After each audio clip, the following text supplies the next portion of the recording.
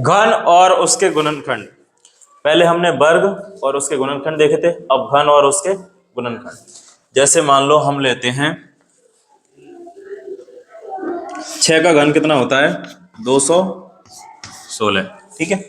6 का घन कितना होता है 216। अब देखिए इसके अगर हम गुणनखंड करते हैं तो देखिए गुणनखंड कितने बनेंगे इसके, 2 का दीजिए, 2 एकम 2 और यहाँ पर 0 और 8, फिर से 2 का देंगे, 2 पंजे 10 और 2 चौका 8, फिर से 2 का देंगे, 2 दूनी 4 और 2 सत्ते 14, 3 का देंगे 9 बार, फिर से 3 का देंगे 3 बार और फिर 3 का देंगे 1 बार। इसके जो गुणनखंड बने वो बने 2 into 2 into 2 into 3 into 3 into 3। इसका मतलब 2 की घात 3 और इधर 3 की घात 3, ठीक है। घात समान है तो 2 इंटू 3, इस पूरे की घात 3, तो 6 की घात 3, ठीक है। तो यहाँ ये 216 किसका क्यूब है 6 का, ठीक है। तो हम क्या करेंगे जब घन की बात करेंगे तो 3-3 के जोड़े बनाएंगे। किसके बनाएंगे 3-3 के, ठीक है। 3-3 अभाज्य गुणनखंडों के जोड़े बन गए। ये देखिए ये 3 का बन गया, ये 3 का बन गया, ठीक है। तो जब भी हम क्या करेंगे घन करेंगे तो जोड़े किसके बनाएंगे 3-3, ठीक है। चलिए अब क्वेश्चन नंबर 1 लेते हैं हम। हाँ प्रश्नावली 6.1 का क्वेश्चन नंबर 1 है।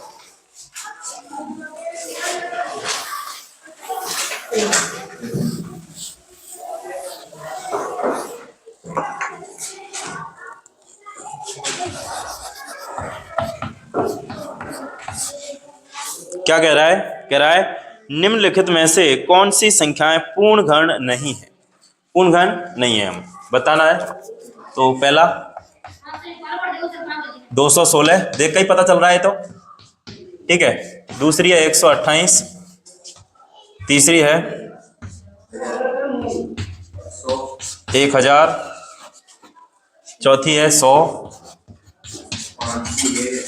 और पांचवी है 46,656। यहां देखिए 216 तो है पूर्ण घन, ठीक है। किसका होता है, इसका घनमूल कितना होगा 6, इसका नहीं होता, ये पूर्ण घन नहीं है, ये पूर्ण घन नहीं है। यहां देखिए 1000 है 10 का घन होता है, ये है पूर्ण घन, ये नहीं है 100, ठीक है। यहां देखिए इसको चेक करना पड़ेगा, इसको चेक करना पड़ेगा। तो इसमें गुणनखंड विधि लगाते हैं। देखिए 4 6 6 5 6, 2 का दीजिए, 2 दूनी 4, 2 तिया 6, 2 तिया 6, 2 दूनी 4, 2 अट्ठे 16, 2 का देंगे, 2 एकम 2, 2 एकम 2 और एक बच गया, 2 छिंग 12 और 2 छिंग 12 और 2 चौका 8, फिर से 2 का देंगे, 2 पंजे 10, 2 अट्ठे 16 और 2 तिया 6 और 2 दूनी 4।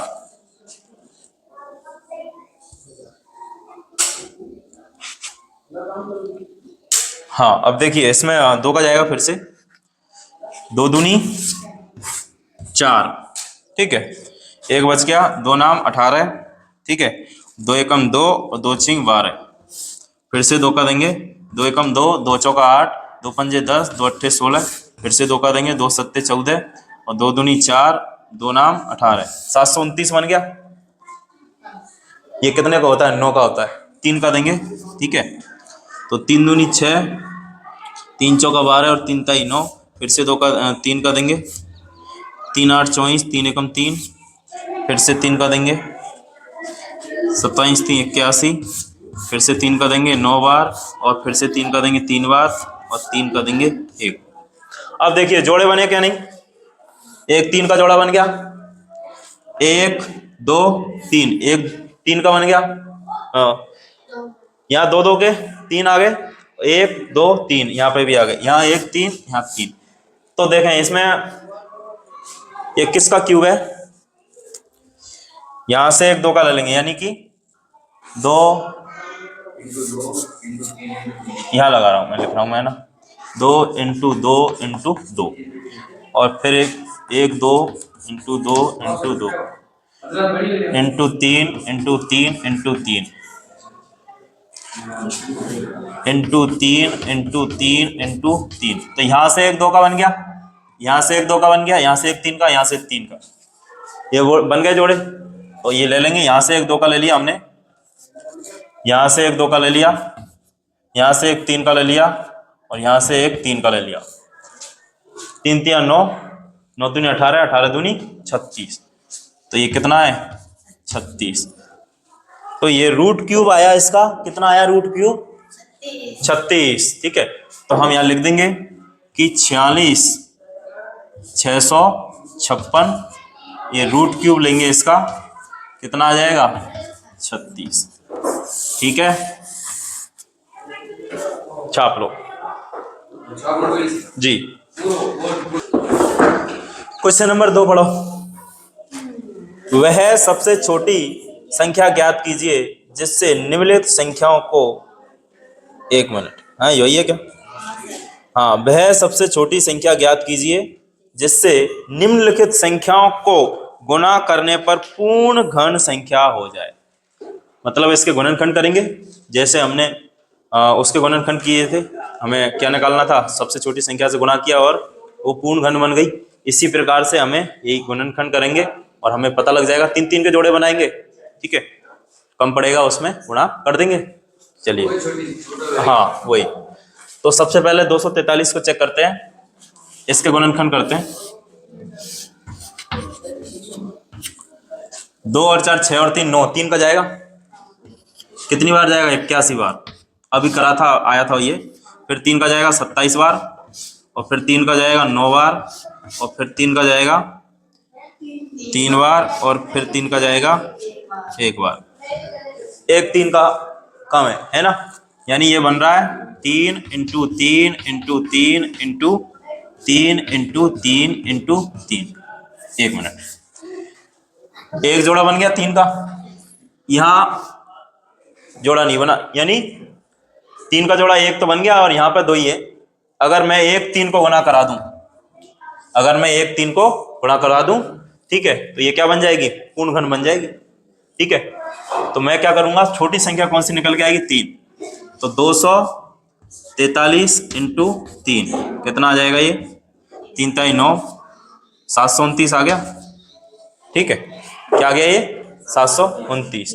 तो सबसे छोटी संख्या कौन सी है? 3 है। और 729 का अगर रूट क्यूब लेते हैं तो कितना आ जाएगा? 9। कितना आ जाएगा? 9। यहां से देख लो, एक 3 का और यहां से भी एक 3 का, कितना आ गया? 9 आ गया ना। ठीक है, तो सबसे छोटी संख्या कौन है? 3। ठीक है, 3 सबसे छोटी संख्या है।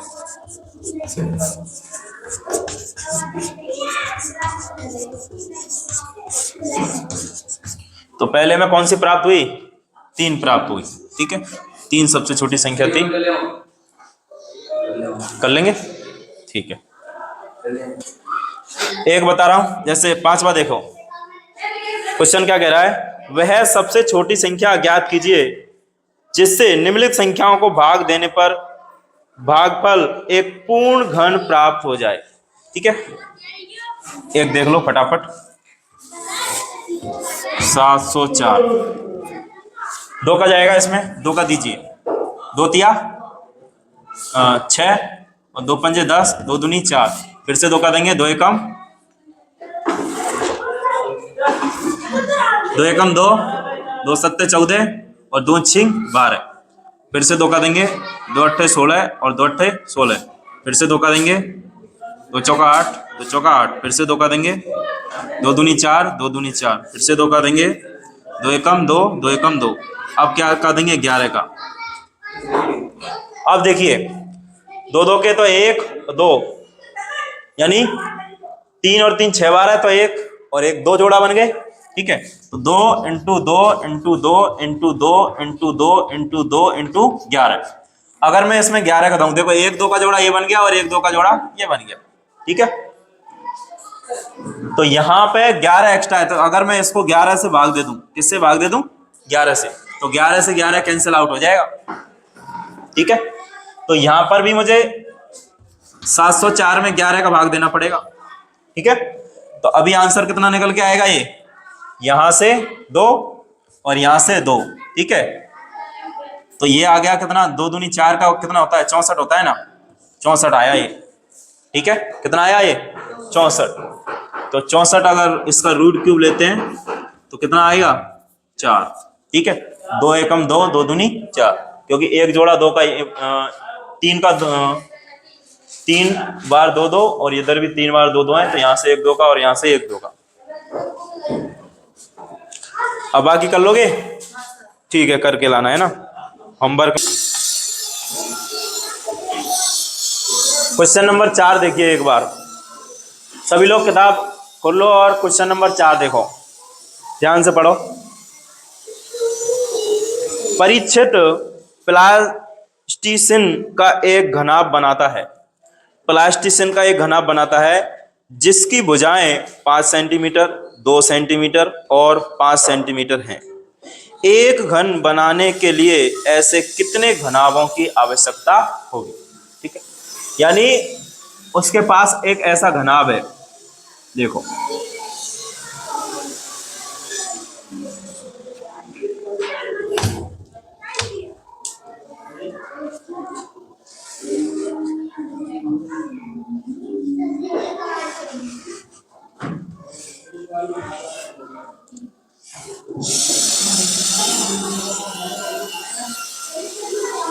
ये दिए 5 सेंटीमीटर,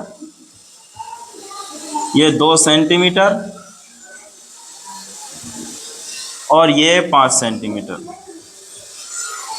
ठीक है, अब वो ये कह रहा है कि इसको हमें घन में परिवर्तित करना है। ठीक है, तो ऐसे कितने घनाभों की आवश्यकता होगी। ठीक है, तो हम कह देंगे कि पहले हम घनाभ का आयतन निकालेंगे। घनाभ का आयतन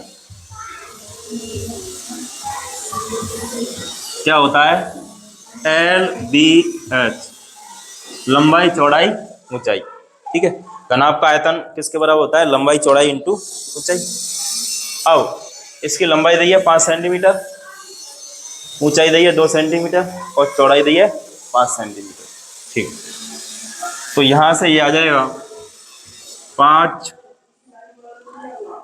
इंटू 5 इंटू 2, 5 इंटू 5 इंटू 2। तो हमें एक तो 5 का चाहिएगा और 2 2 2 के चाहिएंगे, तो इसको हम ऐसे बोल सकते हैं 5 इंटू 5 इंटू 5 इंटू 2। हमने क्या किया, एक तो 5 से गुणा किया और 2 2 2 कैसे गुणा किया, तो यहाँ पर ये क्या आ जाएगा, तो एक तो हमने 5 से गुणा किया और 2 इंटू 2, यही इनसे गुणा किया, तो कितना आ जाएगा, 5 दूनी 10 और 10 दूनी 20। तो ऐसे कितने घनाभों की आवश्यकता होगी घन बनाने के लिए, 20। तो हम यहाँ बोलेंगे 20 घनाभों की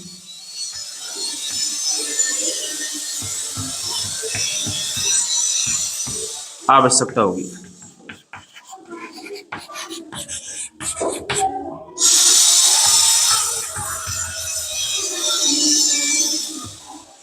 कितने घनाभों की आवश्यकता होगी, 20। ठीक है, छाप लो।